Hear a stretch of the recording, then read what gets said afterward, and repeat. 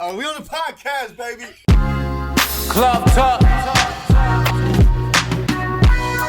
Jay Brody.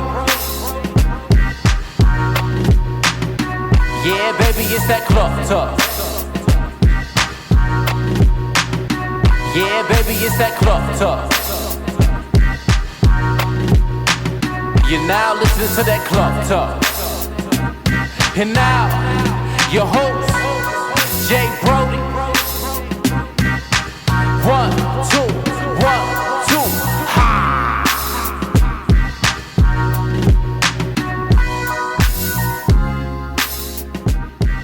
Alright, welcome back to another episode of Cloth Talk Podcast. If it's your first time joining us, make sure you go ahead and hit the subscribe button.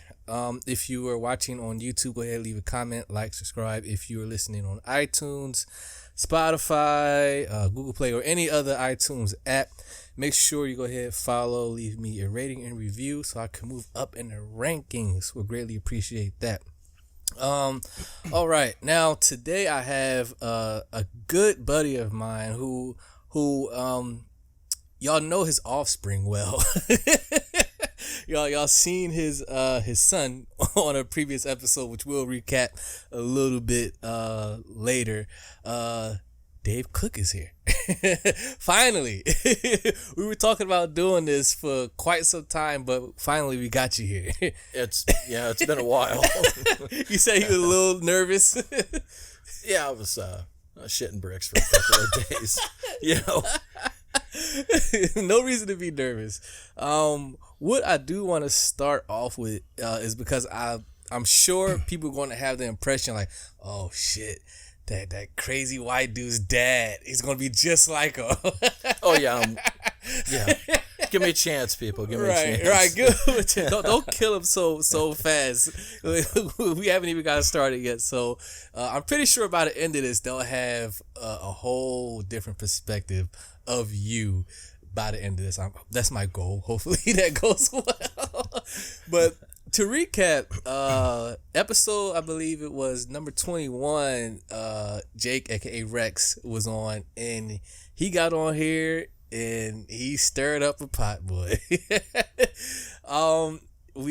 got into one person who I won't name. That's fine. Yeah, we don't have to name him, but I'm sure he's watching. So I'm pretty sure he knows who he is. What were your thoughts or your takeaway before we get into your story and everything? Just looking back at that, and that's still one of my episodes that people still go back to, because he said some crazy things about his thoughts on black people, Obama, the N-word, Colin Kaepernick, which we're going to get into. Right. He said a lot of stuff that touched a lot of nerves. What was your takeaway from that when you seen all that backlash he got from that episode?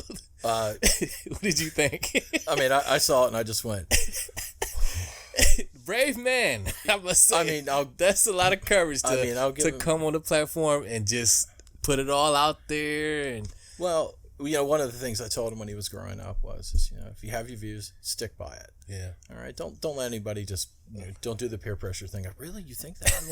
What do you think about that? Yeah. That's where you just look at him and go, no, look, this is how it's going to be. This is how I view it as. Yeah. Now, philosophically, he stood behind it. He did. He didn't bend at all. And it was one of those moments where I looked at him and was like, well, okay. Yeah. Right. I mean, if you can deal with the slings and arrows that are going to come after you, then man. All right. It even got to the point where people, how could you have that racist son of a bitch? And I'm like, whoa, like, why do you think he's racist? Like, hey, just because he has a certain perspective doesn't mean he's a racist. He is not. Let's be clear on that. Yeah, no, yeah. He is not a racist. Yeah, I think he hates everyone equally. Equal hate for everyone. I think so. It's no, I don't agree with some of his philosophies, but right. Just because you're his dad doesn't mean you back him on everything he says. I'm his son. I mean, come on. Yeah. It's I can't ground him. Right. He's a grown man. I can't ground him. I mean, he is a grown man, but he stood by his views, and I do respect that. Yeah. I think that's where a lot of people should. Look, I have group of friends. We're all over the political spectrum. Yeah. But we're still very good friends. We're still really Right. tight. We play practical jokes on each other. Yeah. We still reminisce about some of the, goofy things we did. And, at the bottom line is he's still my son. That's right. I still love him. That's right. I still brought him in this world, and he's, give me a call about 5-10 years from now, see if he still has the same view. Because I know when I was that age, mine was completely different. Yeah. And like I said, I'm going to be 52 next week. All right. And I guarantee you, I'm not the same person I was 5 years ago. Yeah. And you have to constantly change and constantly evolve. Yeah. Because if you don't, then, I don't know, for me, it's just, I don't want to be that angry, get off my lawn kind of guy. With your shotgun. Yeah, just look at that and go, really? Yeah. Yeah. So Do you think like 5 years from now we'll see a change in Jake's perspective as he gets for sure? I think so. Yeah. I think he'll change. He'll change on a few things. Some things he will, some things he won't. The one thing I haven't changed on is I've been a Democrat my whole life. That's right. I'm not going to be a Republican.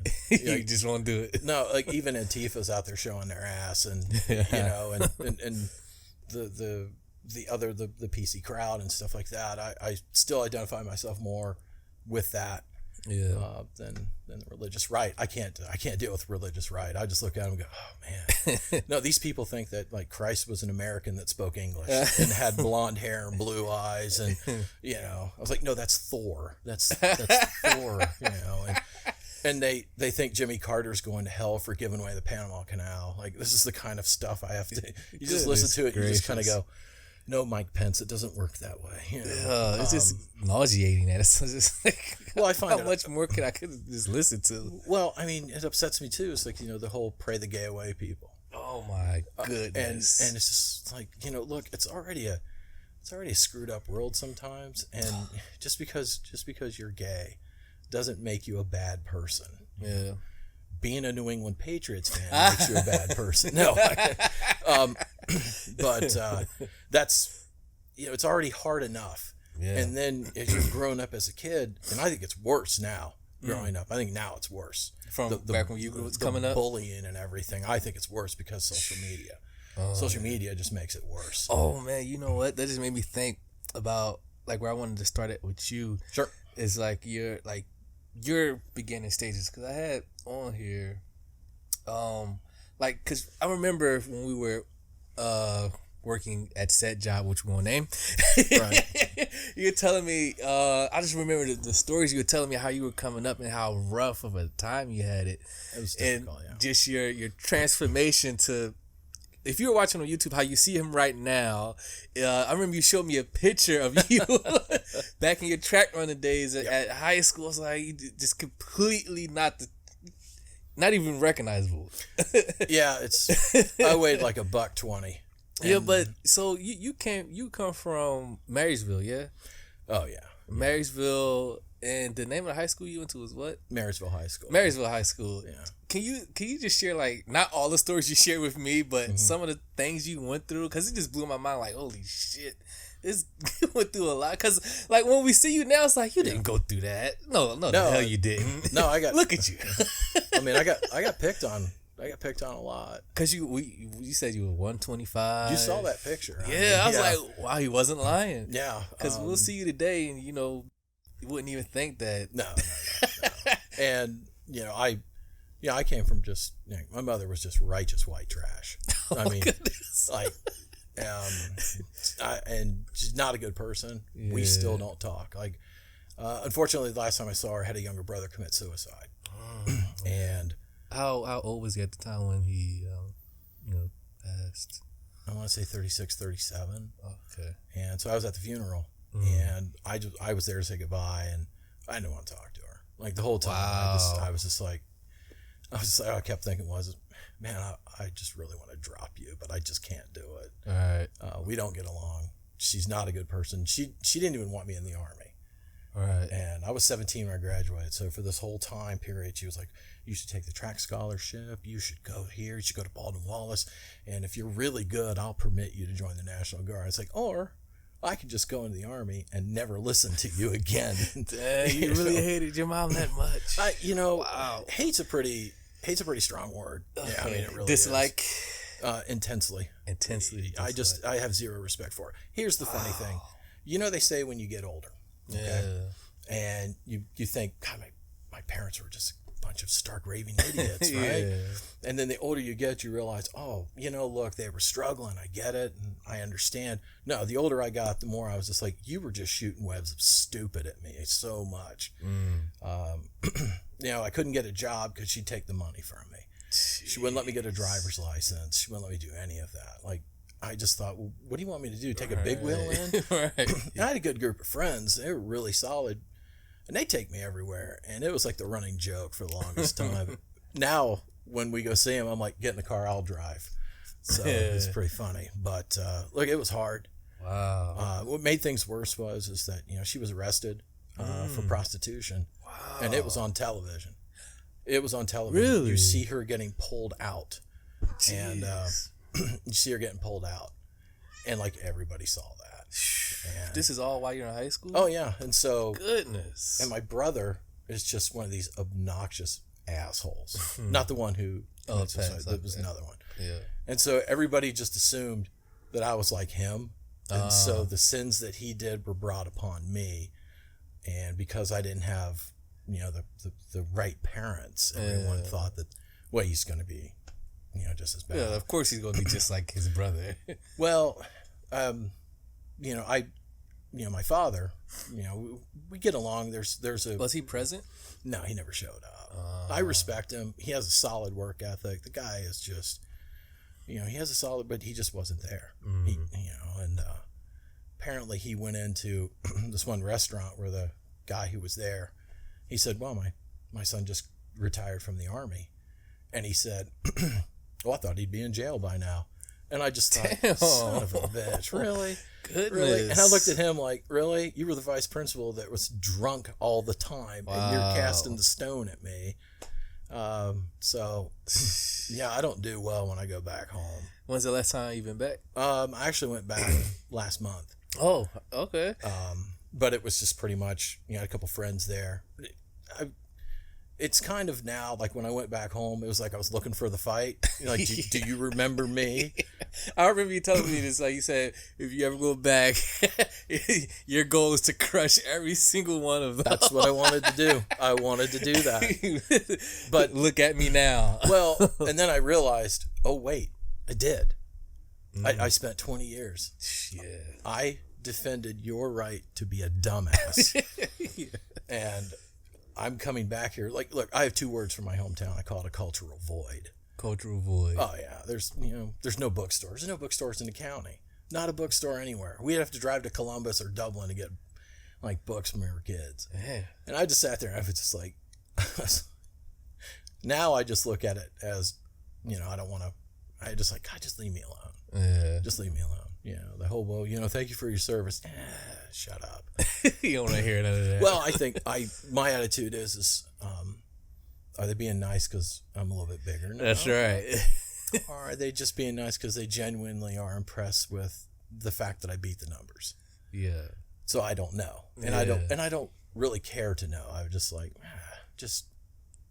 I don't want to hear it. Yeah. You said you would never forgive any of them that picked on you, the ones that you could remember. Oh, for the longest time. Oh, absolutely, for the longest time. You held the grudge. I held that grudge. Now I'm just like, just shut up. Yeah. I don't care. Like, that's where I'm at with it now. I'm just like, I really don't care. Yeah. I still think you're an idiot. I still think you're all a bunch of assholes. But I don't want to beat you up because at the end of the day, I'm going to jail. You know, because that hospital bill is going to be real expensive. Oh my goodness, jeez. So now it's more of a just stay away from me. And I won't hang around. Yeah. So. I'm pretty sure someone will be like, Dave, hey, how's it going? It's been such a long time. You probably like, just get away from me. How's it going? Look at you. Yes. Heard you did 20 years in the military. I did. Let's go have a drink. No. You don't care for none of that. Yeah. I'm here to see friends. I have a really really good group of friends. I think they helped out a lot. Yeah, that's good. They were just intellectually curious. They were really smart guys. Yeah. How many would you say from that you, like the good friends that you had at the time from high school that you're still friends with today? Like all of them. Oh, nice. All of them. That's great. Still really good friends with them. That's great. You know, and they understand you. They get it. I hope so. Any day friends are listening. Yeah. Comment right now. No. I hope so. Tell them to stop eating Doritos sandwiches. That's great. You're still close with those guys. That's great, man. Yeah, I think they understood, you know, what happened and the evolution that kind of took place too. And then they didn't see it coming either. My one friend called me the Michelin Man. The Michelin Man. It's like somebody just took a tire gauge, took a tire hose and just stuck it up your ass and you just like blew off. Those are the kind of friends I have. Like they, you know, they're really a great group of guys, and you know, I'm fortunate, very lucky to have met them. The impact they had on me. It's like middle of my sophomore year in high school, where I tried to hang out with the in crowd, and I just realized I hate every one of you. You know, and I'm gonna hang out with. We were a bunch of nerds. We played D&D. We played war games. I still have the war games.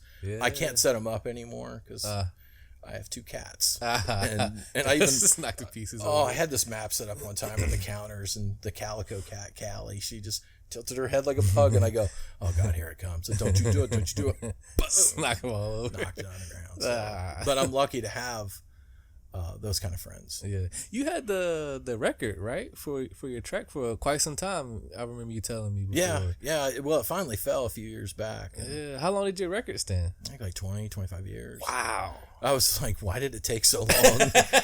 I was like, really? You know, of course, when I ran track, I would say some of the most outrageous things. I was a trash talker. Oh, yeah. I told somebody they should just retire my jersey because whoever's going to wear this next year ain't going to be able to do it. To this day, my friends still remind me of that. It's like one of those, like Russell Brand said, dry orgasm of shame. You're just like going, yeah, God, I said that. You just put your head down and... You're just like, you know, they just pop up that little insult every now and then. I'm like, okay, I got it. I got it. That's funny. So fast forward. So upon graduating high school, you decide to go into the military, which we talked about before. You was in there for 20 years. So I imagine in that 20 years, I just was curious. I don't care about all the stuff that goes within, but for you, what did like the military like teach you like as a person? Because you're going in like 17, 18 years old. 20 years later, you're approaching what, 40, 37, 38? Yeah. Well, I had a break in service. I did 3 years and then came back here to try to get a degree. I tried to win the girl back. Oh, yeah. It fell through. I moved on. She moved on. I got you. And so I came back in like 92. Okay. And so I did 17 years. So I think what the military did was it gave me a sense of purpose and structure. Is that right? Definitely the structure, because look, when I first came into the Army, especially in basic training, I was screwed up. Really? I was gacked up. I couldn't make my bed right. Damn. I couldn't roll. I couldn't shine my boots for squat. Sheesh. And then I got to my duty station in Germany and it was that way. And then all of a sudden I just clicked. Like, I started cleaning my room, and it was the room that, you know, people would want to go in and see, because I had like, you know, cool history books in there too. And but you know, I knew how to take Johnson's paste wax, and you could just read a book from the floor type thing. But that's what it did. You learn how to do all those type of skills. It really did. And, you know, you think about it and you're like, well, that's ridiculous. Why would you learn? No, you know, cleanliness is next to godliness, as they say, right? So, you know, try to stay clean, try to stay organized. So you can try to find, you know, where I put my keys or something. Still can't find them, right? Yeah, being organized. It did. It helped me do that. And it honestly just instilled a sense of pride in me too. It really did. Like I was, you know, I was. It's like you were finally doing something with yourself. Well, I was glad to be away from that cultural void. Marysville. And, you know, and I would always go back occasionally, and I'd just be like, oh my gosh, I got to get out of here and go back. You know, and I think that's what it did for me. Yeah. It was a sense of self-pride, self-motivation. Also, too, I ran into somebody who taught me how to, weight lift, do weight training and stuff. And he pulled me off to the side and he was just like, just follow me. And I did, and it just went in increments. And then next thing I know, I was 210. Started packing on some weight. Yeah. Well, I was able to, and here's the thing is, and this is a sad thing to say, but the Army took better care of me. In 20 years, the Army took better care of me than what my mother did. Wow. I needed all kinds of, braces. I needed glasses, and I would break my glasses all the time, but I was a kid. That's what kids do. Yeah. And she just didn't care. She would never take care of me. What? Because it was no, it was no benefit to her. It brought no These benefit. These are your kids. Yeah, tell her that. It's just hard for me to understand because coming where I come from out there in Philadelphia, in very tough neighborhoods, I see my mom do what she had to do with the little we had. She bust her ass no matter what. She made sure her kids were fed, clothed, and sheltered every day. No. When that way. My senior year, man, my senior year was a mess. We bounced from 3 different places because we were getting kicked out of the places where she was living. But what it did for me was it made me realize, well, if you have a child, they ain't going through what you went through. Yeah. They will not. You will be there. You will provide for them, and I did. Dealing with his mother. Oh, there's the stories you told me about your relationship with this woman. Not a good person. Gracious. Well, somewhere right now, Sigmund Freud is laughing in his grave at my detriment because she was just like her. She was just like her. And where is she today? Do we know? She's married some white supremacist down in South Carolina. So, God. Now, I don't have confirmation according to Jake. Jake said he's a white supremacist, and he said that with a degree of contempt and distaste. So for anybody out there who thought that, he was just like, he wasn't a good guy. Goodness, I never want to see her again. I hope to God I never see her again because, she's a succubus. She'll take that money. What if he was the last person that could save her life, and you got the call from the hospital? Dave, we got your ex, whatever here.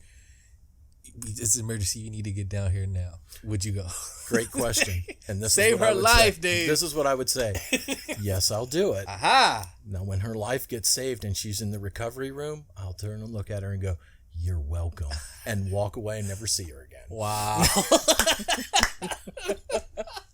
Damn. She put you through some shit, man. She did. And you put up with it for a long time. I had to. For the sake of my son. Yeah. I'd get him every weekend. If I wasn't deployed or doing crazy Army stuff, I'd go get him. Yeah. Holidays, we had 4 days off. I'd get him Thursday night. I'd keep him until Monday. I just did not want him to go through what it was. And plus, honestly, for the first time in my life, I experienced unconditional love and what that does for you. And it really helps out a lot. I felt important. Yeah. I was just the parade in that little boy's eyes. Yeah. Yeah. He looked up to dad. Well, she was too busy pissing on it. So, so I would walk in there and be the parade. And I taught him, some of the first words he learned was, touchdown Buckeyes. Sergei Fedorov from hockey. Okay. And what else? I am the great Cornholio. Yeah. Made that mistake. Let him watch Beavis and Butthead when he was little. So I got a picture of Jake when he's 2 years old as Cornholio. He's threatened. I said, I will pull this out. Yeah. I will put this out on public consumption if you keep giving me more crap. Wow. So. What was that like when and I want to ask you a question later about the military and what us civilians don't understand about it, but sacrificing that time and your career within the military to do what's right, to be a parent for your boy. What I imagine it was a tough decision to make, but it wasn't to make that tough decision. How was that? Like, you know what? I gotta do is right for my son. Did you kind of wrestle with that? Like, oh my goodness. No. It was instant decision. I knew instantly. I was like, this kid's needs will come first. Yeah. Like, the one thing the Army taught me is to make the hard right over the easy wrong. And I did that. And I have the Army to thank for that. I have the military to thank for that, to instill that upon me. Yeah. That being said, there were a lot of people in the Army who gave me a lot of crap for it. That's what I can imagine. Like, what are you doing? And then I would stand my ground. I'd get really stubborn and just look at them and go, well, I've already done my deployments. Where were yours? Or you've only done this. Well, I was doing it. Yeah. I was getting deployed in the 90s before 9/11 happened. So it's like, I don't want to hear it. Yeah. But also too, is, I had some pretty good protectors too. That's good. In retrospect, I'd probably be a bigger asshole towards those detractors. Really? I would just ignore them and just go, no. And then, whereas now I'd just be like, all right. Man, wow. Did what you had to do. Did the right. Yeah, no, absolutely. Yeah. Wow. The thing I did want to ask you about the military is that what do we as civilians, people who don't have no fucking clue what the hell is going on in the military and what it's for, people who say, oh, you're a fool for signing up for the military, and all these conspiracies behind the military, and the negative things that's said about it. I wonder, like, for you, 20 years in it, what's that? What don't we get? Like, why don't we get it? Why is it not clicking for regular civilians?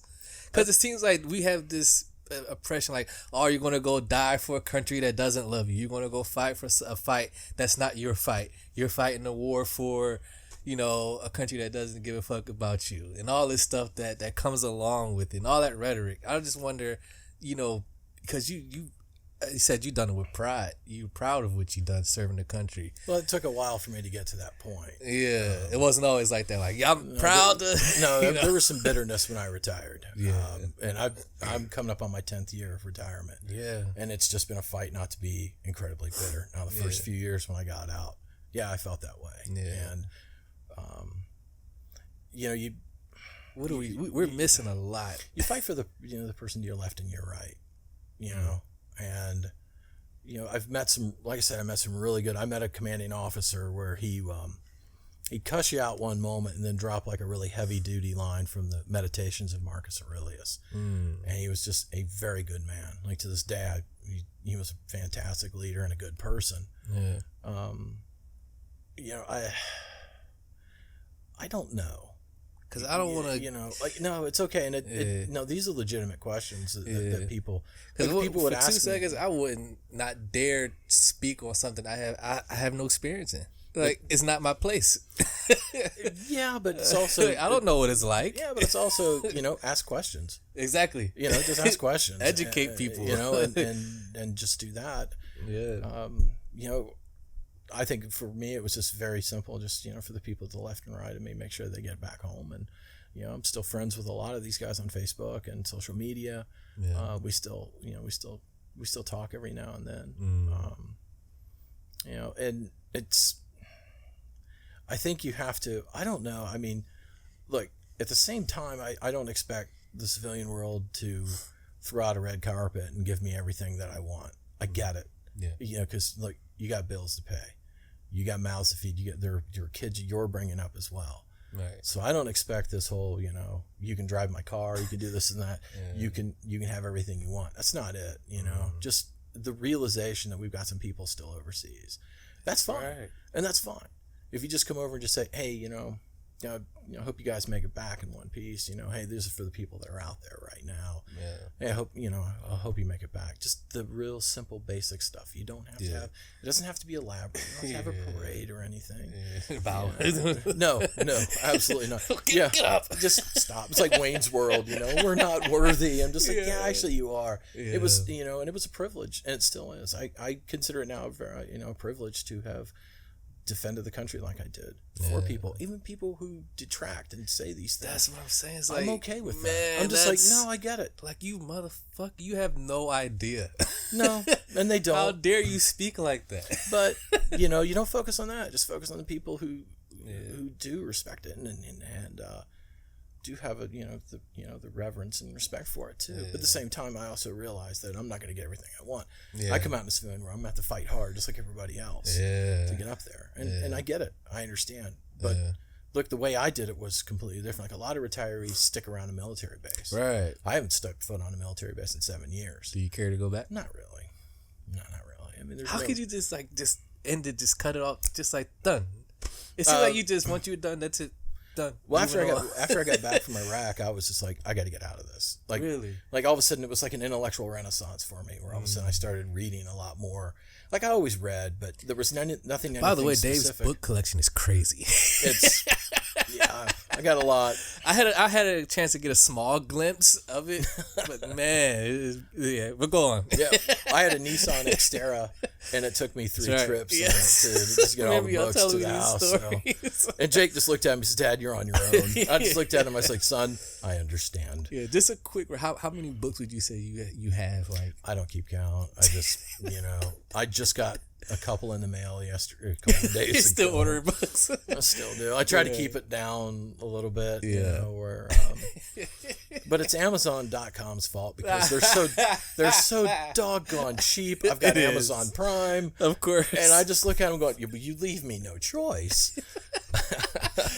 Add to cart. Yeah, add to cart. Yeah. Add to cart.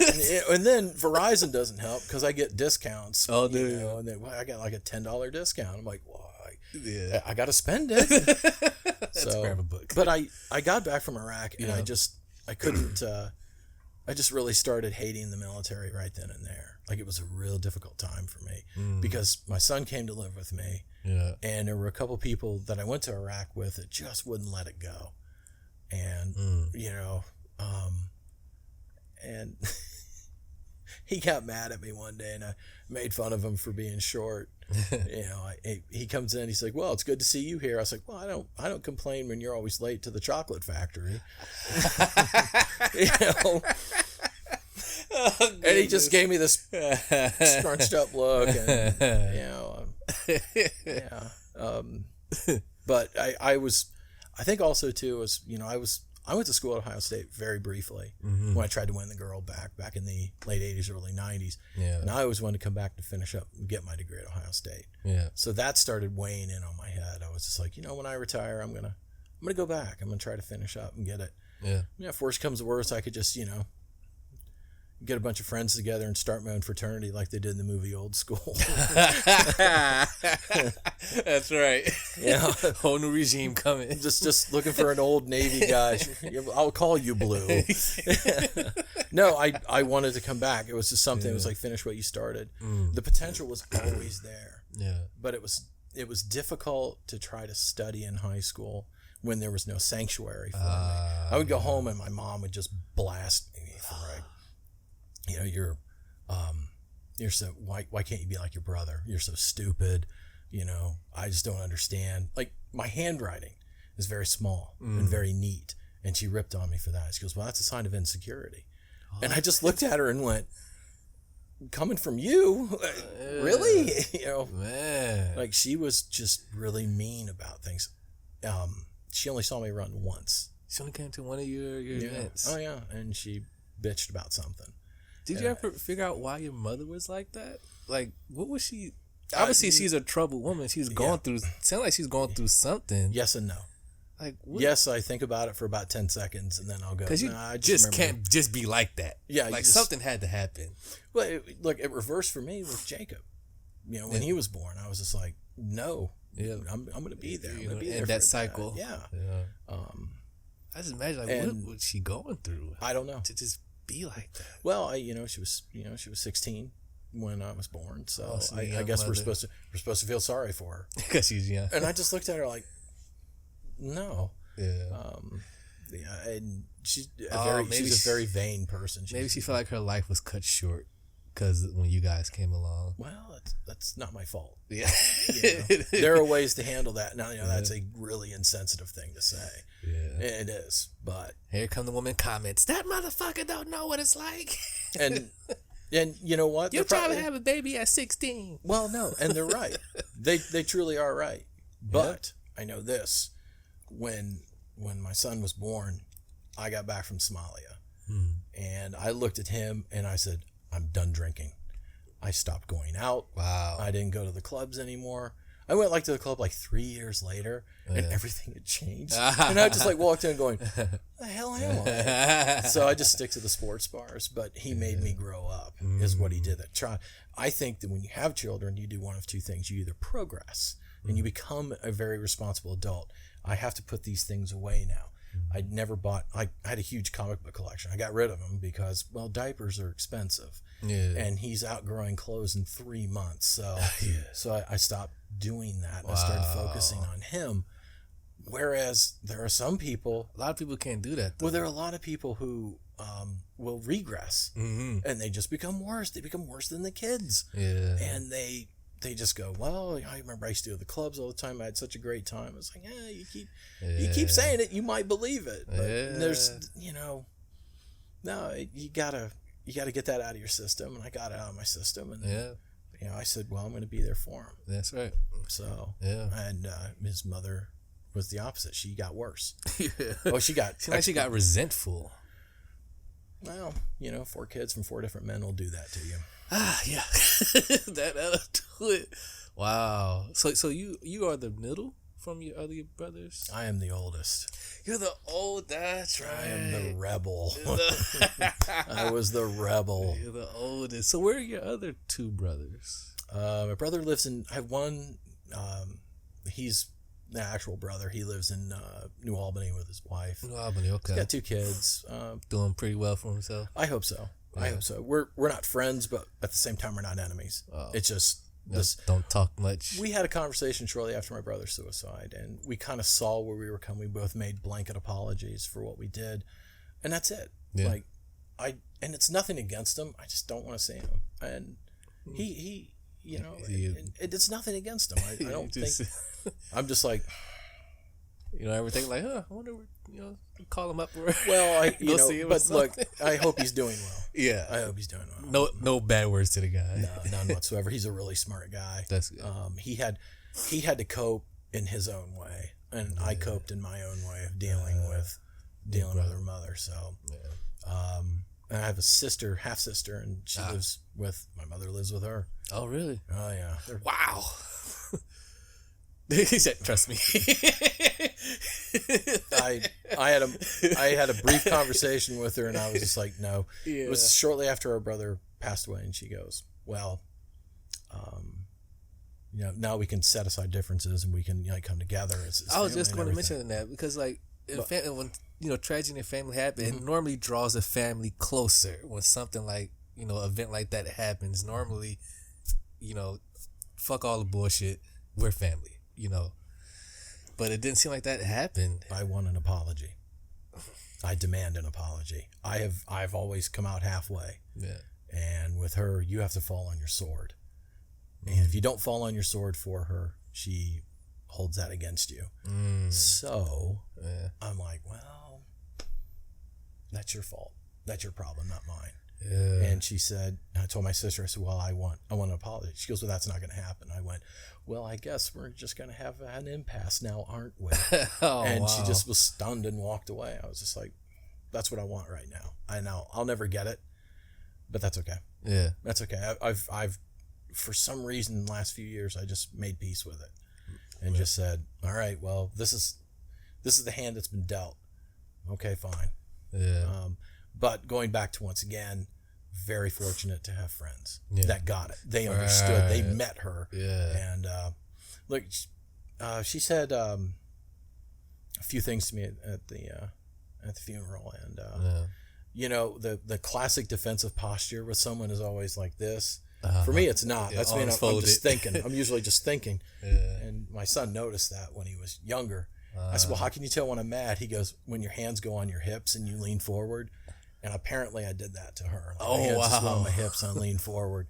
She's like, well, I heard you're coming back up here to get your degree. Yes. Oh, you're gonna go back to Ohio State. Yes. Well, if you need any help, let me know. By then my hands were on my hips and I didn't even realize. I go, okay. That's why I just, okay. Yeah. You know, Jeez. look, she's beat the shit out of me too. Now, I mean, it was bad. It Bad really beatings. was. Yeah, and you know, Jeez, I couldn't tell her like, you know, such and such person's giving me a hard time. This guy's picking on me all the time. She would just punch him in the nose. I'm like, I weigh 120 pounds. Right.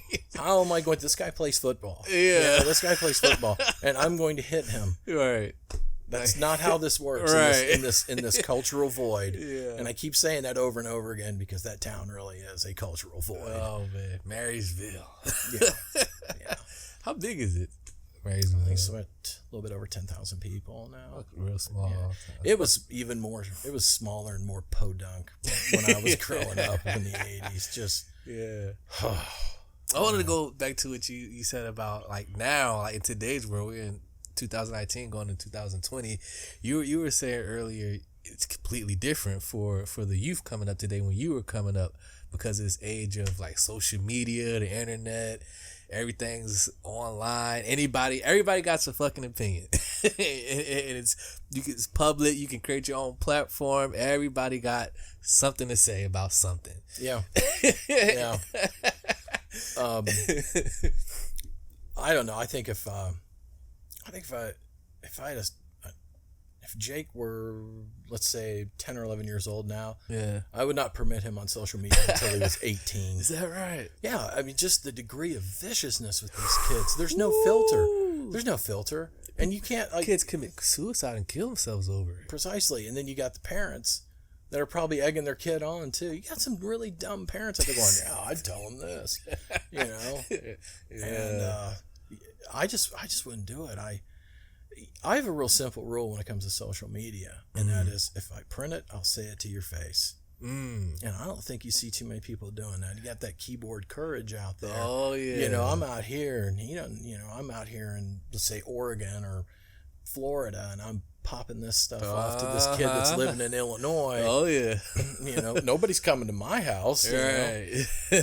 know? Yeah. They get real froggy on the keyboard. Yeah. Fuck yeah. you and your mother. Yeah, and you're just like, Whoa. wow, that escalated quick. You know. Right. You know, It gets real nasty. I really just, I mean, when Facebook came out, I thought it was okay. Now the only thing I put on Facebook are my cats with bald human skins, you know, like bald human, and it shows that I have these two cats that are running my house, Yeah. you know, and I think just stick to that. That's funny. I'd rather get on some page and laugh rather than get on some page going, you believe that? Oh, that guy said that about. That's all it is. Yeah. Everywhere you click on or go, you scroll up or down or left or right. That's all you see is some outrage or whatever. And you just, It's just everywhere.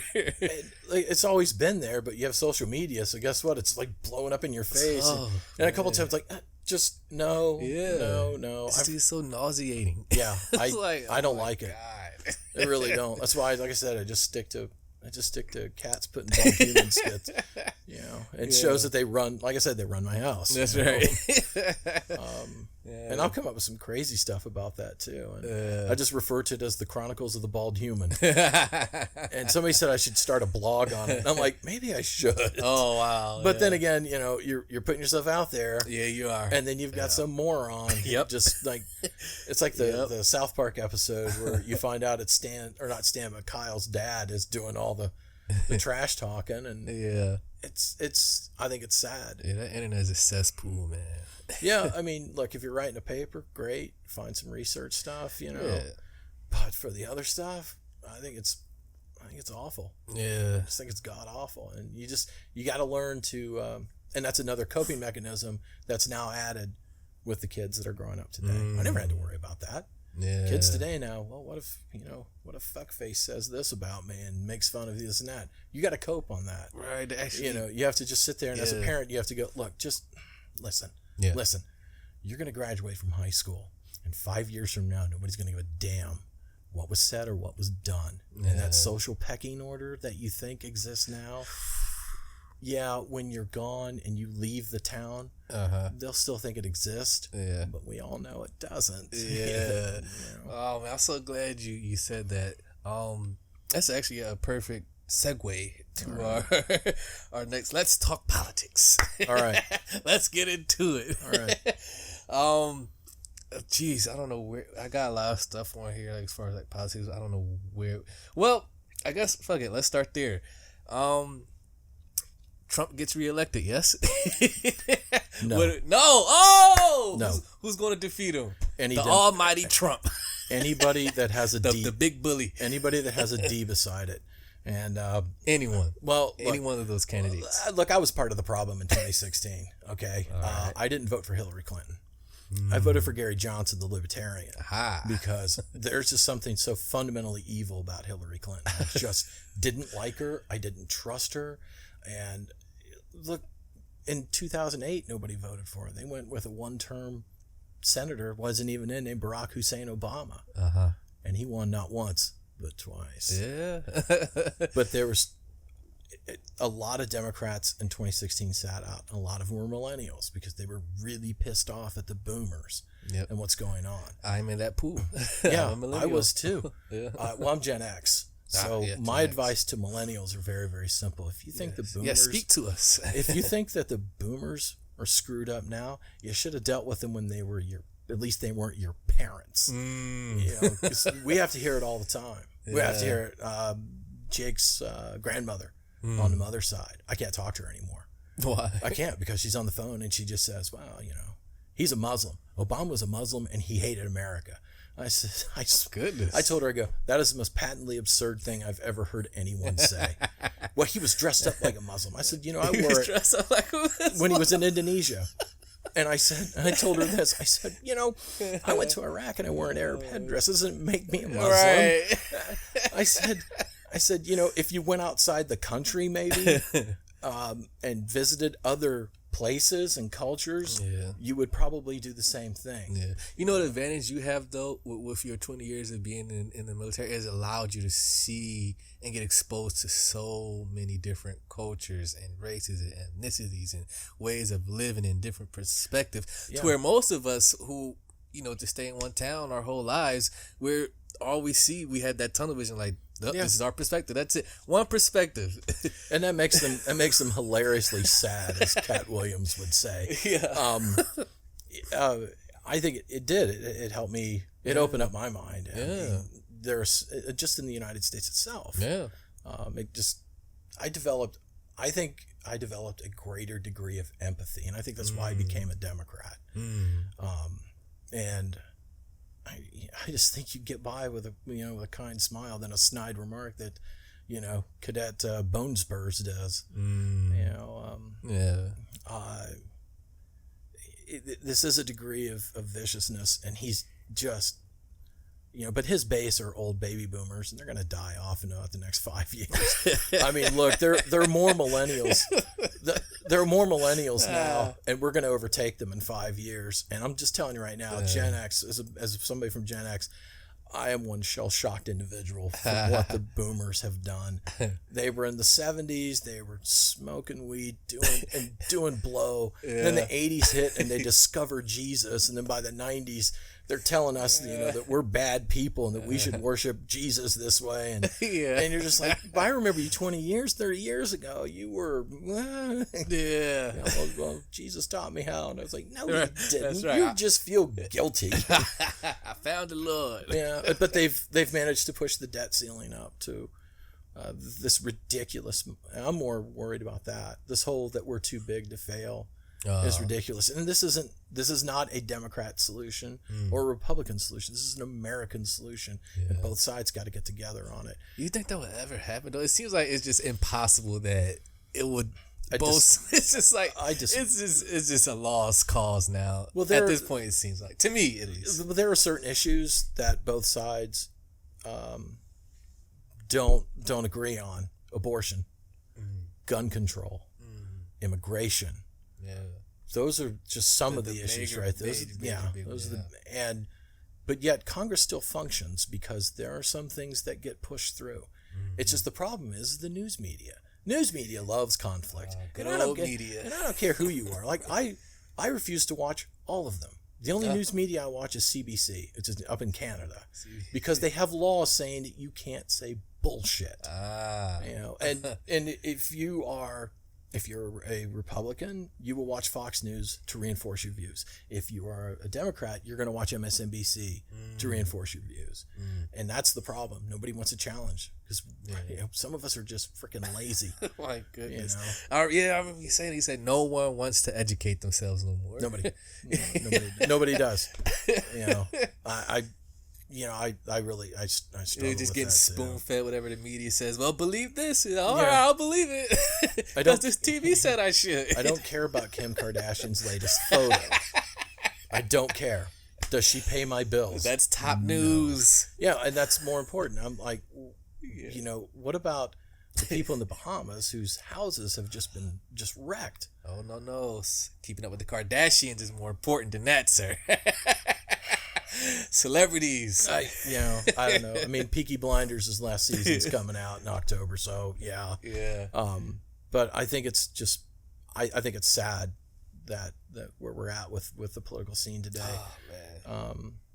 I think it's made a lot of people just say, I gotta give up. The hell with this shit. It's a circus. It is, but you got to get out there and you still got to get involved. You have to get involved, and you don't have to walk out there with the women's march or the one of these movements. Just go into the booth. So many movements. Go to the booth and just click. That's it. And that's it. That's all you have to do. You don't have to be. But then they say, well, if you're not for something, then that means you're for whatever is against that. You gotta pick one. Like, what the fuck? No, I don't.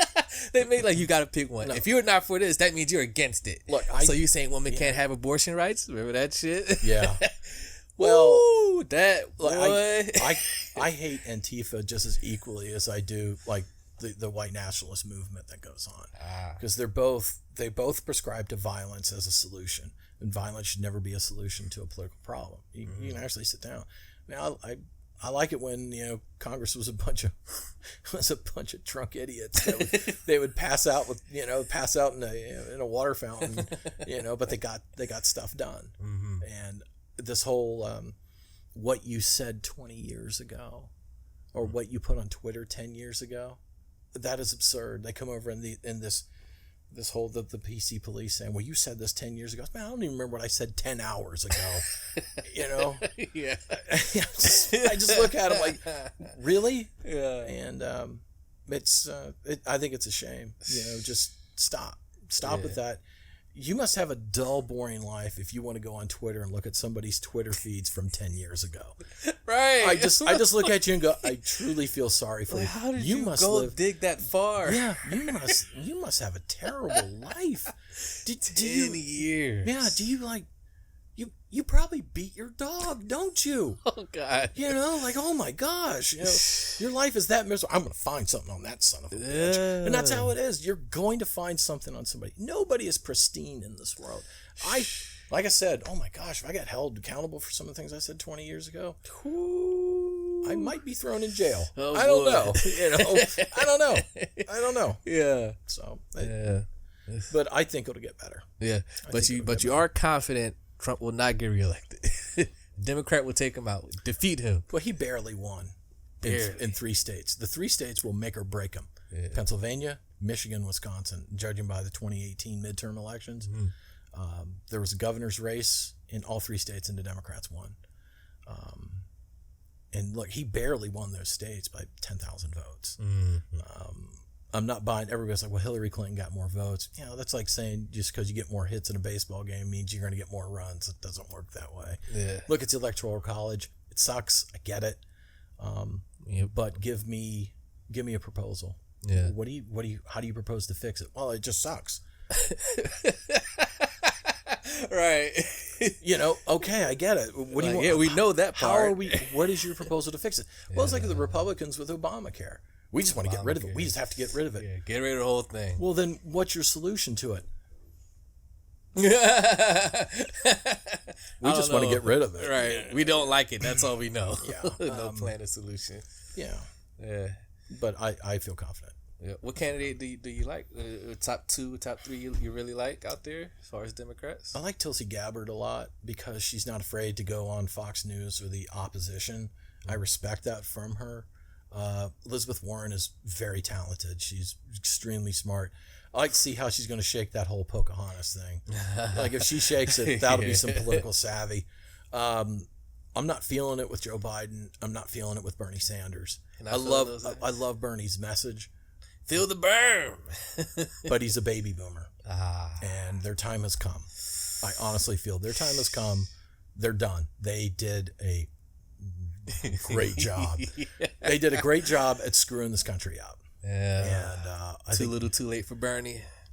Yeah, I mean, this guy seems like he has a really good heart, though.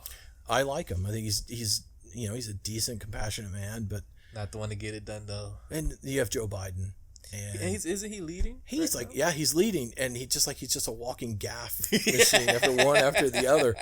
And I think what Democrats are going to have to be confronted with is, do you want to be right or do you want to win? And it seems like most of them did want to defeat Trump. I want to win. Yeah, I want to win. I can't deal with the 3 a.m. Twitter feeds when he just says, and I don't think he does it. I think he employs somebody to do it. I just want you to say the most outrageous shit, put it on Twitter. Yeah, it's not really him. I don't think so. I think he's got somebody to do it. It's really him doing it, like 3 a.m. sitting on a toilet, eating Taco Bell. Just that went right through me. Hold on, let me write something. Oh, there we go, loser. Sad. Right. You know what? It just made me think. I had was it like 3 episodes ago? Bryson Bell was on here, and people couldn't believe the stuff that he was saying because he's a black guy and he is a hard Trump supporter. Sure. And people were like, well, yeah, obviously you can be black and support whoever you want. Sure. But people were just taken aback of the stuff he was saying. I was I just want to get your stuff, bounce some stuff off you that he was saying to get your thoughts on it. Like he was saying that the reason that people hate Trump so much, the number one reason only, is because he's a white male. Maybe. Yeah? Well, I mean, then he said stuff about, if that were the case, then why Joe Biden shouldn't be winning right now for the Democratic nomination. You should have Elizabeth Warren, although she is making a move in there, she should be in first place right now. Yeah. Or even Pete Buttigieg, who's gay. You would say that. So I would just kind of look at him and go, maybe, but. Yeah. Yeah. But I mean, look, at the end of the day, I look at it like this. I look for what I refer to as a sports bar Republican. That's where I can go to a sports bar and watch a game with him, and we just have a good time, have a beer, and just enjoy the chicken wings. I think that's just got to go back to the basics with it. You really should have, and I don't like this adversarial outlook. I don't like what Hollywood's doing, because somebody's a Trump supporter that's an actor. They just lose their minds. And they're talking about putting a blacklist out, and I go, that's not going to solve anything. Yeah. That's not going to. Look, I get why people voted for him. I really do. I think it was a combination of things. I think one of the major reasons was just the toxicity that Hillary Clinton brought to the table. When she's out there making that speech of Pokemon go to the polls, and I just thought, I'm not very motivated. Yeah, I'm so motivated I could eat a tree right now. It's like, no, it's not working. Yeah. So I don't mind. Okay, fine. Those are his views. Right. At the end of the day, is he a Patriots fan? Because I don't want to talk to him. I don't want to talk to him. Yeah. Tom Brady is the devil. That's all I have to say. The devil. What else he said? Oh, gun control. He believes that we have our right to bear arms, and that just because you do, everyone should be armed. Everyone. He said even teachers. No, arm Miss Mary to guard that kindergarten class. He said, and I said, you really believe that? Yes, everyone. I disagree. Teachers, arm them all. Well, he pointed to me, even you need to get a gun. Like, goddamn. Well, here's the thing is that once you pull the trigger, you can't take it back. You can't take it back, and it's I disagree with what he said that everybody should have it. I do believe in gun rights. I do believe the right to bear arms. I do believe that. I struggle with the whole AR-15, the semi-automatics. They're trying to figure out what they classified as an assault rifle and all that crap, right? Well, it doesn't matter. I mean, it's a semi-assault rifle. It's a 5.56 millimeter bullet that will fuck you up if it tear. It will tear the body up. It will ricochet through the bone. Jesus. Why do you need that? I kind of struggle with that, but I don't know a solution to it. Like, there's so many of them out there right now that if we start banning them, we may look at another revolution that takes place. Speaking of which, all these mass shootings going on. It seems like every time you turn on the idiot box, we got another shooting here in Houston, Dayton. Yeah. Well, a lot of these shooters. What's going on? I think a lot of these shooters were drugged up as kids when they were growing up because parents don't want to do their freaking job at raising them. Look. So you think these are troubled kids? They are, but you don't hand them Ritalin or what are the other drugs? I mean, oh man, when Jake's mother put him on Ritalin for ADHD, and it did more harm than good. Yeah, because look, I was on decaphetamines for a while to deal with PTSD related issues. Yeah. But look, like everything just slowed down. Like it was slow, like slow motion. And I was like, all right, okay. But on the inside, I was a psychopath wanting to get out. I was like, get me out of this box. Yeah. Now, as an adult, I knew how to handle it. Right. When you're a kid and you're in that box and you're losing it, you don't know how to handle it. You don't know. And somebody should pull them off to the side, put their arm around them and say, look, it sucks right now. 5-10 years from now, look, big picture. You're going to be out of this mess. Get out of the town and go do something with your life and then come back and rub their noses in it. Yeah. That's the best way to do it. Right. And I just think that the people can't handle those drugs. They're on it and they're just, and at the end, they feel that the only way to do it is just walk in with guns and start just shooting people. It's a dehumanization that takes place. Video games are not it. Music isn't it. It's called parenting. It's called do your freaking job as a parent. I get it. Things are difficult. You know, you see like you don't see like single parents, both men and women. It's a hard job. Yeah. It is difficult because you don't know where your kids are at. You don't know what's going on. It's hard. My heart goes out to anybody that has to do it. I was a victim of it. You know, I tried to help my son out that way. So I didn't want him to go through it. I always wanted him to know that it doesn't matter how screwed up things are. You got me at the end of the day. And I just wish parents would be able to have that attitude a little bit more and say, look, at the end of the day, you can talk to me. Yeah. You know, I got you. Yeah.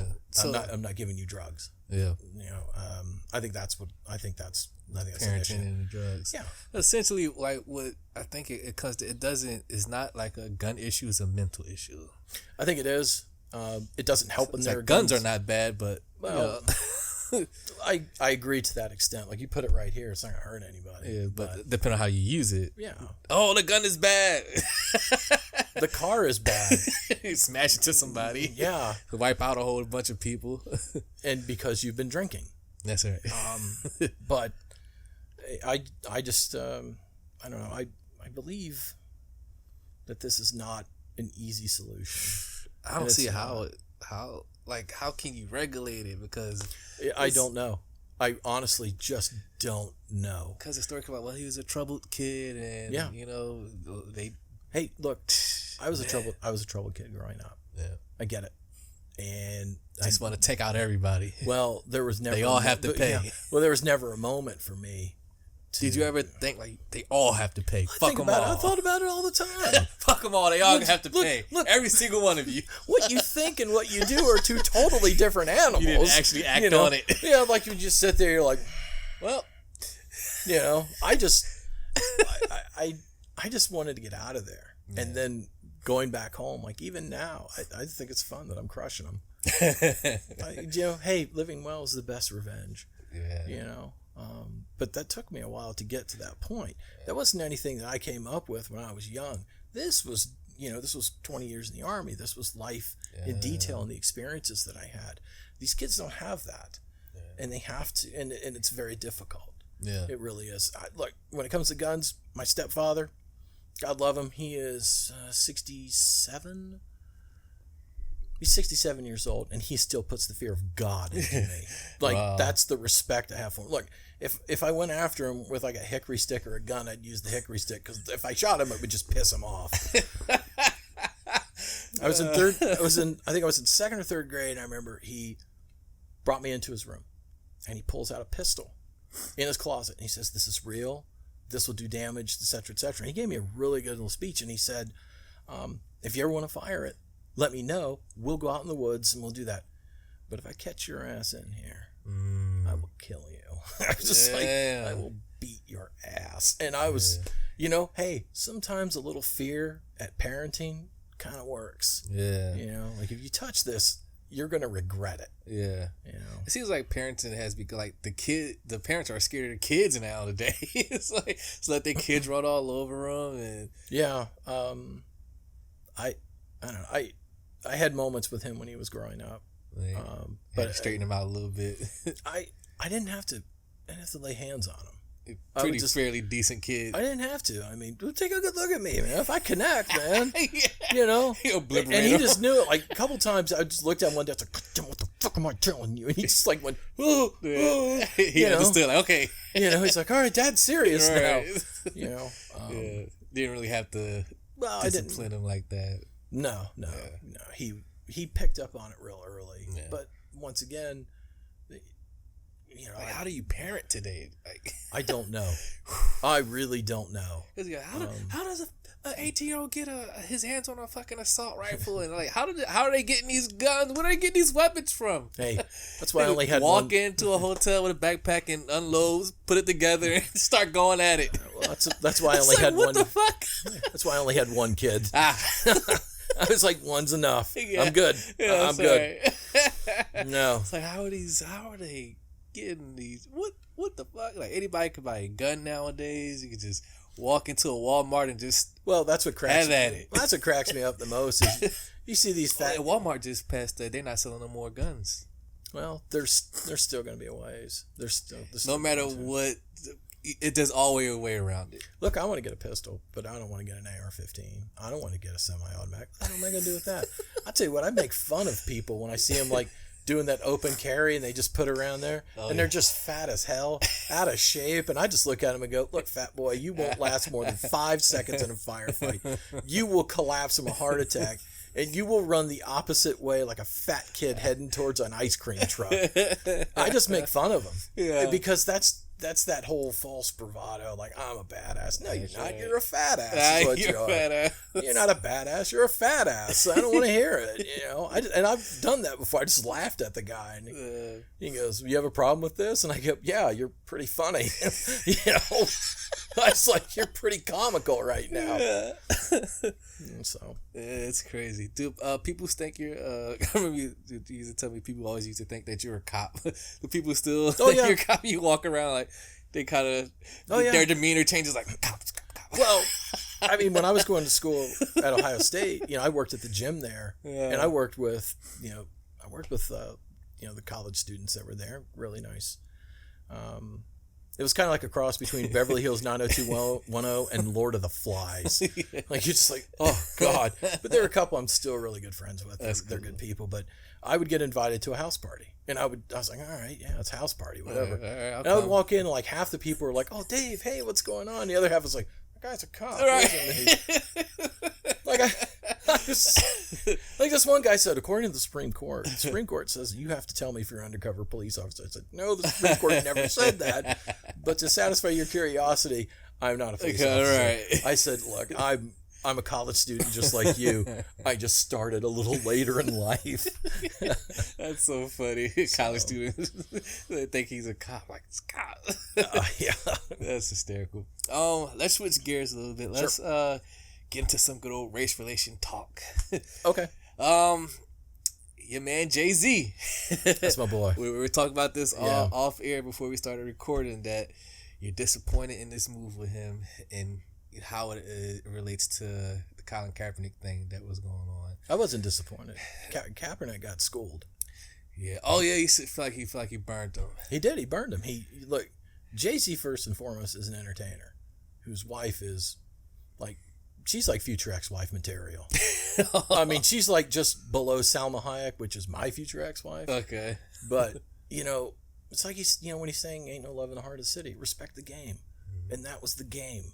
And he outplayed Kaepernick. And Kaepernick that's not my dog in the fight. Yeah. I didn't care that he took the knee.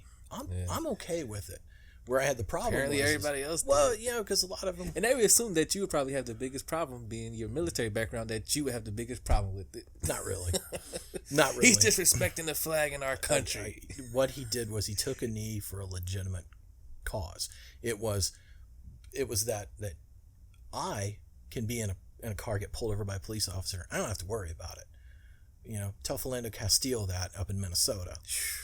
He did it by the book and was still shot to death by an incompetent police officer who shouldn't be a police officer, yet still is to this day. Still has his job. Yeah, he still does. And there are numerous stories about that now.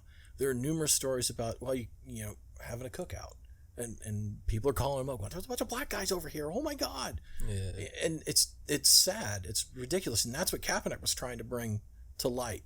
And then you have Sean Hannity, who never served, never put a uniform on, never went down range, is what I refer to as that little cheerleader. I mean, every time I see Hannity, I go, just put a dress on and some pom-poms, because that's all you are, nothing more. Well, he's spitting on the soldiers, he disrespecting them. No, he's not. He was not. He was bringing up a legitimate question, is why is it that a person like me, I don't have to worry about it.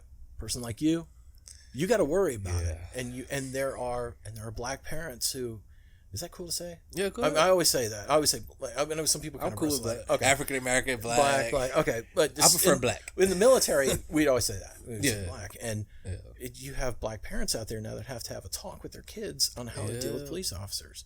And you don't hear white parents doing that.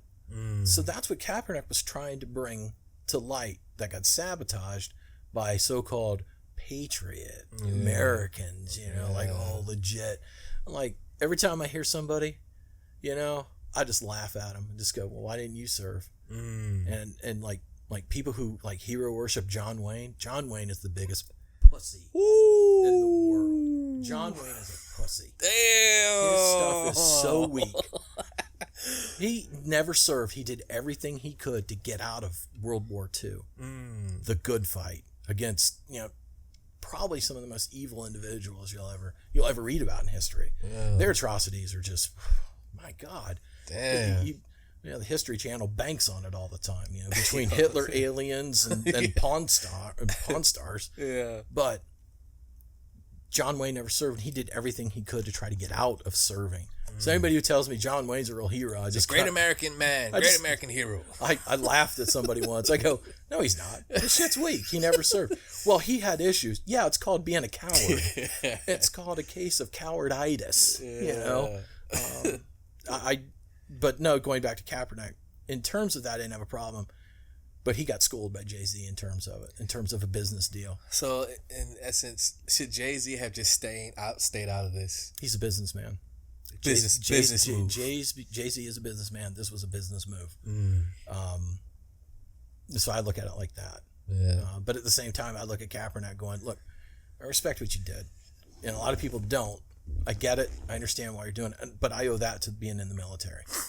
Right. To being in the military. Because I came from that great cultural void, where there were no black people. There were no Mexicans. There were no Hispanics, no Latinos, no American Indians. It was like a straight-laced white community. Yeah. And, just, that was it. Yeah. Wow. I just imagine, just looking at that whole situation, when the story first came out, Jay-Z partnered with the NFL, and everyone just uproared. He's a traitor, coming from the black community.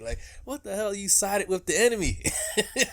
I understand. I get it. I understand. I understand why now they he's feel in this that way. position where it's you got these people who what the fuck are you doing, Jay-Z? And you got these people what you're saying, Cap, what the fuck? What about Cap? Where I struggle with Kaepernick is not taking the knee. Mm-hmm. Where I struggle with him is that, he was his asking price was $10 million a year. Kaepernick could still play in the NFL. he could be down in Jacksonville because, Foles went down with an injury. First week. And Kaepernick could probably play. Starting. Probably. Think he's in shape to start? I hope so. I mean, Cap, put your money where your mouth is. Come on. I hope he's working out. But the issue is how he handled it. Mm-hmm. Look, that first year, you got to earn it. Yep. $10 million, $5. He should have said, well, how about $5 million? $5 million. Because he's making enough money from Nike right now. Oh, yeah. He's making a lot of money. Yeah, he's coming the face of Nike now. Yeah. I mean, and I disagreed with... you think he deserved that? What he said about the shoes. What did he say about the shoes? With the check mark, the Nike thing? No, the Nikes with, like on the back was the patriotic with the stars on it. And he said, well, it's kind of a racist symbol. I go, it's not really. Come on, Cap. He said it was racist, the symbol, the patriotic symbol? Yeah, the 13, the 13. Oh, the stars? Yeah. Oh, okay. I was like, no, they called it the Betsy Ross shoes. And Betsy Ross was a Quaker. Betsy Ross and the Quakers were huge supporters of the abolitionist movement. And I was just like, Cap, just read a book. Yeah. Just read a book. That's all I'm asking. Yeah. I wish the guy the best. I hope he makes it. He'll do fine. He'll do fine. I disagree with him on a couple of views, but for the most part, I understood why he took the knee. I get it. Yeah. I get it. Yeah. Do you think this is a good thing for the, if we just take out Jay-Z for a second, do you think this is good for the NFL to partner with Jay-Z? If we just look at how it benefits the NFL, do you think there's a smart move for the NFL to say, you know what, let's do the deal with Jay-Z? Yeah, I think so. Think it benefits? I think so. Look, they were trying to find a way to sidestep and skirt Kaepernick for the longest time, and then they found it. Quiet everybody down. I don't know if it was just quieted down. Like, you see, we got Jay-Z, huh? Everything's okay. He's going to own a team. He'll own a team. Yeah. I think eventually he'll own an NFL team. So he's all about business moves. He is. He's a businessman. I respect that. And you listen to his music. He talks first and foremost about the business. I'm a businessman. Yeah. He says just like, you're also you're also a really talented musician at the same time. I like his music, and I think that he's playing chess while Kaepernick was playing checkers. And I don't mean any ill will towards Cap, but that's a good way to put it. Because Jay-Z, if we, like you said, if we go back and just look at how he's maneuvered through his career, he's always been a step ahead, been very careful with his decision making, knows when to pull the trigger, knows when to not get involved, and so forth. And that is the mark of a good businessman. Wow. And the thing I respect most about Jay-Z is he started this on his own. Mm-hmm. He didn't have some rich daddy like Trump did. Trump's daddy got him going. Yeah. And Trump's daddy did that, and it's going to happen even with his idiotic kids. So. Goodness gracious. Oh man, being that you're saying that, that just made me think about you see like Trump had his father backing him and providing him with things he needs to to thrive and be a great businessman. Mm-hmm. Where we look at a guy like Jay-Z, who pretty much, obviously we know the story started with nothing. Yep. In New York, project kid. Oh yeah. Look at him now. Because I'm just thinking about like opportunity. If it was like equal playing field, everyone started from the same thing, same opportunities, how would this stuff be even like a conversation? Like if Jay-Z had the same access and opportunities afforded to him that like Trump did, what would it be like? I don't think would that change anything? No, I don't think so. I think with Jay-Z he was extremely motivated as an individual, and he had a lot of street savvy to go with it. Yeah, he caught breaks, and sometimes that makes a difference with breaks. Like in my hometown, no bookstore. No bookstore, but there were certain families that had money, and their kids were some of the biggest shitheads I ever met in my life, and they still are to this day. Wow. Did they deserve that? No. Wow. No, they don't deserve it. No, because their parents worked for it and you didn't. Absolutely. I mean, I like what Louis C.K. said about that on the J. Louis. I don't care. I still like Louis. I still like Louis. Come on. Forget about what happened. No, don't, hey, if you didn't like it, you could have stepped out of the room. No, don't, it's like Chappelle said. He caught those fragile arrows from that Me Too movement, girl. Oh, that they movement is strong. That Me Too movement, taking out everybody one by one, each and every. Woo, the story came out day after day. This guy, that guy, this guy. Like, whoa, they getting everybody out of here. It was like every day a story was coming out about somebody. Now, it was like, God damn, now no man is safe. Now you know why I've never had a relationship since Bill Clinton was president. I ain't putting up with. I just no. Like, no I can deal. Man I can is deal with. safe. I can deal with women professionally, but when it comes to that you take it to a certain level, I'll just go. Nope. I'm going home. I got a book to read and cast to feed. No man is safe. Oh yeah, but I go ahead. I mean to cut you off. Go ahead. So I forget what you were saying. Oh, you're talking about Jay-Z and his upbringing. Yeah. And the fact that he made it. I don't think so. I don't think you can level the playing field like that. Yeah. Look.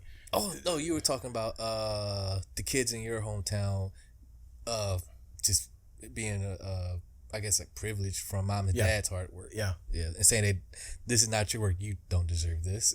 No, and when they were kids growing up, they were some of the worst people I ever met. You said they grown up like that, and they're still like that. They are still not very good. Wow. They're still not very nice. Now they're very nice to me because, look at you. It's a little different. It's a little different now. But I don't want to talk to them. I have zero respect for them because, there's nothing worse in this world than having things at your hands that you could go out and do things and then piss it away because you're a moron. And that's what I think happened to a lot of them in that town. Like the Kennedys never had that problem. They chased a lot of skirts, but I don't care. Yeah, they love the ladies. Seriously, I don't care.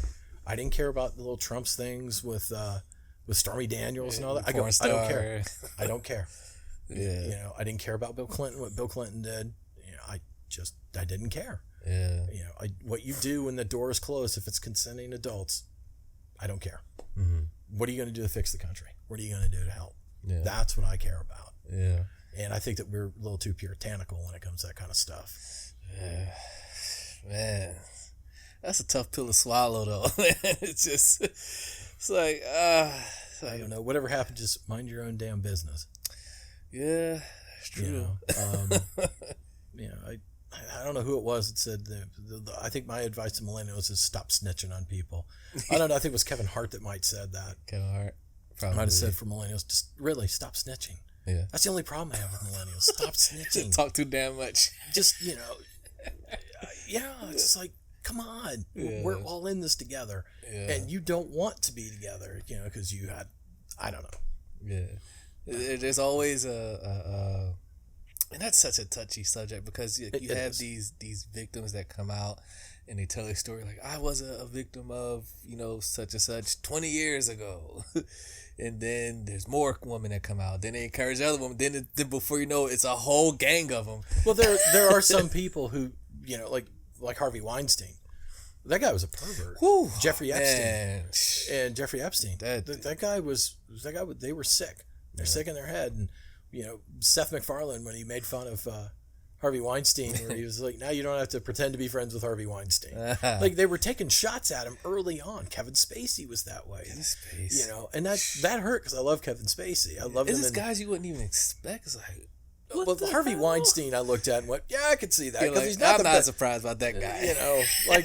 No. Brad Pitt scored points with me. Allegedly, he said he just told Weinstein because he was dating Gwyneth Paltrow at the time. You touch her again, I'm going to take you down. I'm like, way to go, Brad. That's right. There are monsters out there. Yeah. And to simply just shrug our shoulders and say boys being boys, that's ended. Mm-hmm. It's going to end. Yeah.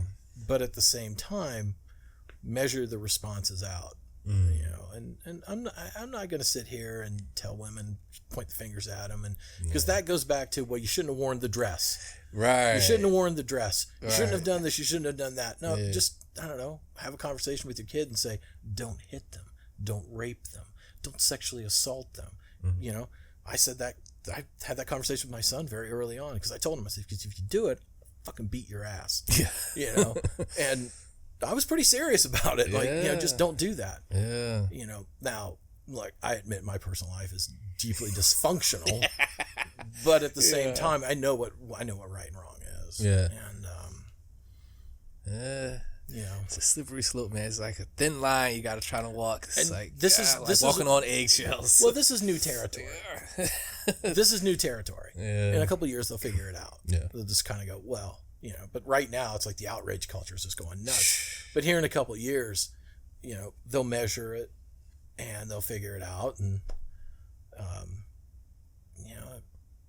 I'm just glad I never did that. Yeah, man. I'm glad I never did. Yeah, it's something that Jake said on his when he was here that I totally disagree with him with, and I don't want to get your thoughts on it. Mm-hmm. He said that white men or like white people in general, like don't have a brotherhood like black people do. Like how like black people are cool and hang out and they kick it with their homeboys. He said white men don't have that. He said it's all about just shitting on each other, or he's like, there's no real brotherhood in the white community. I'm like, I don't believe that. I've really good. I've told you about my friends. I'm like, really? The friends I have. Yeah. We would call these your day ones. Yeah, since day one. Yeah, they've been my friend from day one. Yeah. Now, you agree with that? No, I think he's general. I think he's a little generalizing. I'm like, what do you say? He is kind of overgeneralizing, but I think what he's trying to say is this, and I think this is true, is that the black culture has been under siege. So there has to be some form of bond. There has to be some form of brotherhood, because once again, if a police officer pulls you over, or your friend Jay, there's a good chance it's out there. Like if he doesn't comply, you guys are on the ground getting tased. Outcome is not good. Yeah. Whereas with me, I could be a smart ass if I wanted to. Yeah. You even told me a story about one time where you said you got pulled over and you and the cop were just like having a conversation. And he let you go. Yeah. I was like, it did. So, all right, have a good day. Put my hands here, but at the same time, I was looking at him like, yeah. And then the ice melted, but at the same time, if you did that, or if your friend Jay did that, he'd pull.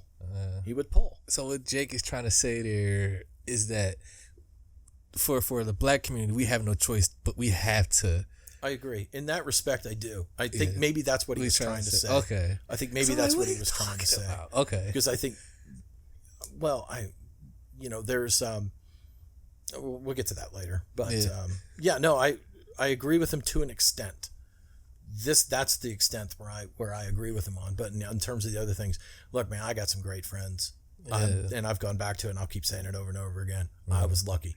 I was lucky to have these friends because they pulled me out of some serious moments for me where I might not have been here today, or I might have made a choice that was really bad. Statistically speaking, I should be dead or in jail. I should be an alcoholic. I should be a drug addict. Yeah, I'm man. neither one. Yeah. So I consider myself very fortunate and very lucky. Very much so. Well, my friends also said too, was like, you made the decision at the end. I said, yes, but you kind of inspired me. You kind of guided me to this decision-making process. And this is the thing I love about my friends the most. I love them so much for this, is they understood. They didn't agree with the whole, I'm going to beat everyone up. This bitch, you're going down. Right. They were just like, they would just roll their eyes going, fuck, he's got to get over this. Right. Because when I came back here, I didn't have to come back here when I retired, but I did. I was like, you've got some demons to confront, and it's going to hurt.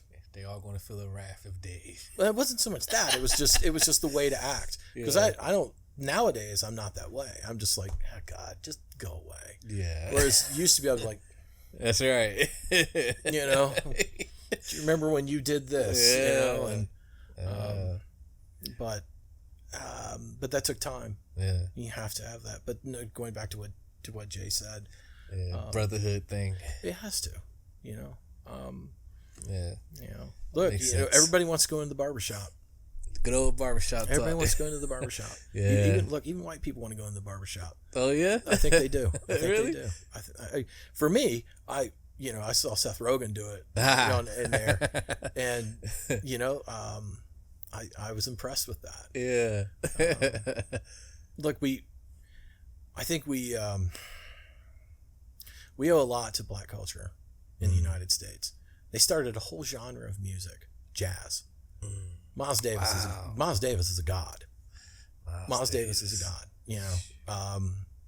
R&B hip hop, not too bad. Jay-Z is who I like. I like the 90s old school rap. I don't like the new stuff. Okay, 90s. Yeah. I think the problem... Golden era. Well, I think the problem now is that rap is going through the same thing that happened with rock and roll in the 80s. Just like catchy little verse, like a catchy chorus line, and that's it. Yeah. So what I'm hoping for is that that rap music will have their nirvana without the martyrdom of Kurt Cobain.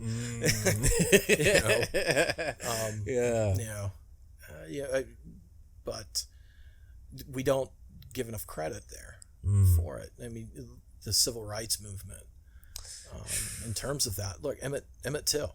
You ask, and this is where I think a lot of people screw up. They don't read. Nobody wants to read. Nobody wants to read. Going back to that once again. Yeah. Educate yourself. Read a goddamn book. You ask somebody, most white people, you ask who Emmett Till is, they're like, that guy that played for the Dallas Cowboys. That's the ignorance is there. Emmitt Smith. Yeah. And to go back to like W.B. Du Bois, I've read his stuff. Scholar. That is what developed the empathy for me. I read that. I was like, I don't know if I could put up with that. Yeah. I don't know if I could put up with that. You read about Frederick Douglass, Harriet Tubman. She's coming out with a movie. Yes, right. I'm looking forward to seing that. And to an extent, even Nat Turner. Nat Turner was a bit militant, but you have to understand what got to that point. That's right. And they have something called the 1619 Project that came out. And I read a couple of the stories, and I was a little disappointed because it was like, where are the heroes? Where's heroes? Crispus Attucus. You go even further. You could talk about Booker T. Washington. You could talk about George Washington Carver. There's so many, but nobody does. But that was a curiosity that I had. I was just like, well, let me read this. Let me get into this, and I did. Yeah. But I think that the difference is that like you were one of those ones who actually sought out the information. I think. If I don't have to, I'm not going to do it type of thing. Like, well, fuck it, my life is fine. Yeah, because people are lazy. Yeah. Look at Hollywood. Look at the stories we're doing now in the movies. They suck. The movies are terrible. The movies are just, as Charles Barkley would say, it's just terrible. That's just terrible. That movie was terrible. Yeah. I saw X-Men. I was like, this is hot garbage. Yeah. Like, Lion King was a disappointment, and I was so fired up for it because my boy, I didn't even see it. My boy was playing Simba. It was Donald Glover. Glover, yeah. Childish Gambino. I love that guy. He was like a modern day Renaissance man. Yeah. What can't this guy not do? Yeah, I don't know. Do anything. But the problem is that the movies suck now. The writing, Game of Thrones. Game of Thrones. I'm gonna find those two guys. We should put a bounty on those two guys. $1 million dead. Yeah. They should have been just shoot on sight. They should be ashamed of themselves for that last season. Last season. They were terrible. I watched that and I just went, because I saw the whole, the fight at the end and being in the military. I looked I go, boy, your tactics blew. Send the cavalry out. What? Is there anybody out there watching? Nope, we don't need that. And, and then she flies in with the dragon and the other one gets killed. I go, well, did you not know it was there? Nope, they had no idea. Oh, so you're saying you're just being lazy is what you are. Yeah. And then the Star Wars. Star Wars. Those guys should have been clubbed like defenseless baby seals. I mean, Ryan Johnson was just terrible. That was an awful movie. And the new one's coming out. It's like, oh, they're doing a great job with it. And I go, I'm not watching it because it's hot garbage. Yeah. Hollywood, they like to point these fingers, and I like to point back and go, but your product sucks. I love it. Look, That's great. I think the problem is this. It's Dr. King said it best when he made his speech, where he talked about a place at the table. That's all Black America wants. It's all Latin, the Latinos. They just want a place at the table. Yeah. And a lot of white people don't understand. They want to elbow them out. Yeah. And that's the problem. Yeah. Well, we elected Obama twice. I'm like, really? Did you go to Charlottesville, Virginia after he was elected? Yeah. When Trump got in? Yeah. Yeah, no, it's still out there. And this whole, we're a post-racial society. I'm like, just keep patting yourself on the back and you may believe that, but we still got some issues. Now I'm all for bringing them at the table, like Dr. King said. Yeah. One of the most eloquent speeches I've ever heard. Mm-hmm. And I think that's a problem. Yeah. We're not doing it. Yeah. I wish we would. Polish, We would be a much better place. We would be that bright, shiny city on the hill. Oh yeah, I believe it. But we're not. Yeah. But we're not. We're in our own way. A lot of us. It's, you know. I think we're in this generation now. It's just a lot of people just me. Well, we got that from the boomers. Yeah. We got It's that all from, about me. Yeah. They call themselves the me generation. The me generation. Yeah. This is what I said. I remember Joe Biden made a speech. Well, we put people on the moon. Baby boomers did. I was like, bitch, you didn't do shit. The greatest generation did, the silent generation. Baby boomers have been riding the coattails of those two generations since they were old enough to chicken out of Vietnam. Yeah. You know? And it's just, you know. Yeah. That's good. Yeah. Well, I've hit everything I had on here. To wrap it up, you know what? That just made me think of something. You remember when we were at Set Job? We won't say. We were. It just made me, when you were just saying all of that. You said something to me. Oh my goodness! I got it. We were at break, and we were talking about that. Everything we were just talking about. What pretty much this whole topic that we were talking about. And you said, you know what? What can people like me or like the white community? What can we do? Yeah. I remember you saying that, and this made me think like, wow, I don't think anyone's ever asked, like, from the other side, like, you know, what can we do to change it? And I want to try something that I haven't tried something on the podcast before. Okay.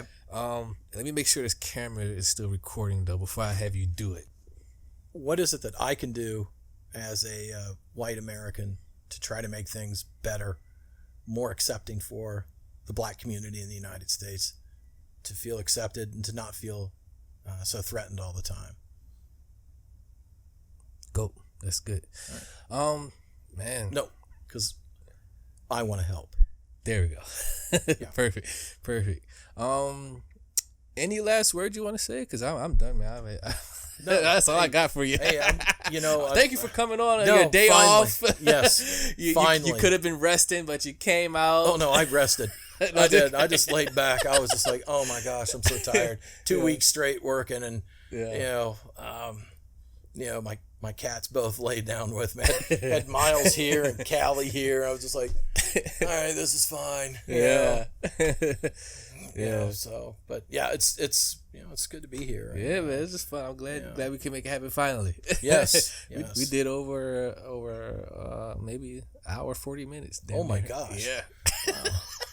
Well, you know, time flies when you're having fun. I told you it was gonna go fast. Dang it, Bobby! There better be a naked cheerleader hiding under that bed. No, this was a lot of fun. Yeah, man.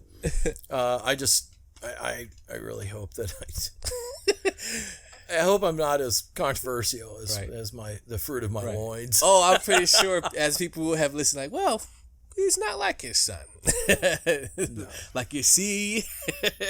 Did you tell people that? Look, his dad is completely different. No, I just know that people are going to have that perception, like, oh, of course, his dad. Oh my god. You know how they just like, oh, of course, that's where he gets it from. He's just like his father. No. That's his dad. Where's his rebel flag at? Yeah, right. Where's the beard? Yeah. No. All that stuff. As you can see, no beard. I hate beards. Yeah. That didn't work for me. I look like crap. I thought I'd grow a goatee one time. Yeah. Thought I'd look like Stone Cold Steve Austin. And, man, I look like Dave Cook with shitty facial hair. And I tried to do a Fu Manchu, and it just made it worse. And Jake is like, you going to shave that before we go to the movies? I said, are you telling me I look that bad? He goes, Dad, that's exactly what I'm telling you. I'm like, fine. Yeah. So, anyway. Yeah. Well, this has been another episode of Cloth Talk Podcast. Make sure you go ahead, hit that subscribe, rate, and follow button. Drop a comment. If the people want to follow you or connect with you, where can they find you at, Dave? If people want to reach out to you, really? Or give you some hate mails. Yeah. Well, I see you on that podcast. I'll kill you. What you said about Trump is wrong. He will win again. Yeah. You don't have to if you don't want to. I mean, look, it's on my. I got a Facebook profile. Yeah. Just put my name down and you'll see it. You can't miss it. I don't have like a clever picture for profile. Just look for a bunch of cats. Yes. Pictures of cats. That's when you know you're at the right page. Yeah. See something that says bald human, you're like, yeah, that's him. That's him. All right. So. All right. We'll see you next time on another episode of Cloud Talk Podcast. Goodbye. Bye.